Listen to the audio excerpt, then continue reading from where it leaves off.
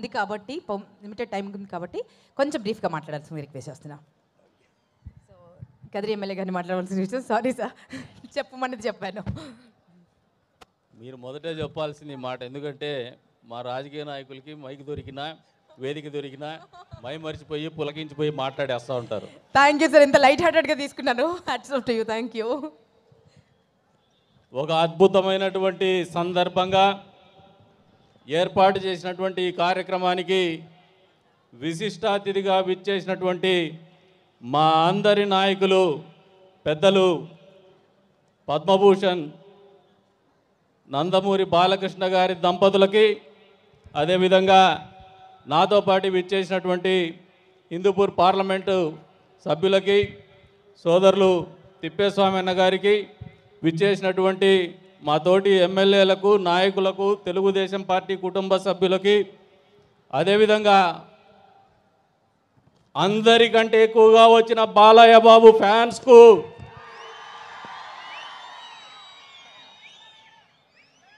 హిందూపురాన్ని నందమూరిపురంగా పిలువబడే స్థాయిలో పరిపాలన అందించినటువంటి నందమూరి కుటుంబ సభ్యులైనటువంటి హిందూపురం పుర ప్రజలకు,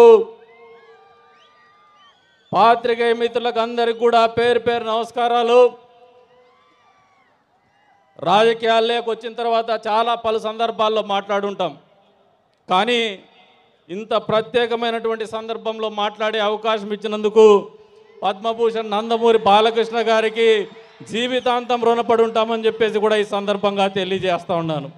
ఎందుకంటే రాజకీయాలు నిరంతరం మాట్లాడుతూనే ఉంటాం వృత్తిపరంగా, కానీ ఇది ఒక విశిష్టమైనటువంటి అవకాశం, ఒక విశిష్టమైనటువంటి వ్యక్తిత్వం. ఒక మనిషిలో ఇన్ని వేరియేషన్స్, అంటే ఇన్ని రకాలైనటువంటి విశిష్టతలు కలిగి ఉండడమే పద్మవిభూషణుడికి అది చాలా తక్కువ అని చెప్పేసి నేను ఈ సందర్భంగా తెలియజేస్తూ ఉన్నాను. ఇంత విశిష్టమైనటువంటి వ్యక్తిత్వం, ఒకవైపున తండ్రి వారసత్వాన్ని కొనసాగిస్తూ నటనా కౌశల్యాన్ని తెలియజెప్తూ అద్భుతమైనటువంటి వాచకంతో, డైలాగ్ డెలివరీతో ఎప్పుడు కూడా నటరత్న నందమూరి తారక రామారావు గారిని నిరంతరం తెలుగు ప్రజలు మరిచిపోకుండా నిలిపినటువంటి నటనా చాతుర్యం ఆయన సొంతం. అంతే స్థాయిలో తల్లి బసవ తారక రామ పేరు మీద ట్రస్ట్ స్థాపించి పేదవాళ్లకు నిరంతరము సేవ అందిస్తూ, అంతే స్థాయిలో ప్రజాప్రతినిధి అయిన తర్వాత కూడా హిందూపూర్లో కూడా ఏమాత్రం కూడా సేవకు తగ్గనని చెప్పేసి ప్రభుత్వ ఆసుపత్రిలో ఆయన చూపిస్తున్నటువంటి చొరవ ఏదైతే ఉందో మా అందరికీ, మా నియోజకవర్గాల్లో ఆదర్శంగా నిలుస్తున్నటువంటి పరిస్థితులు.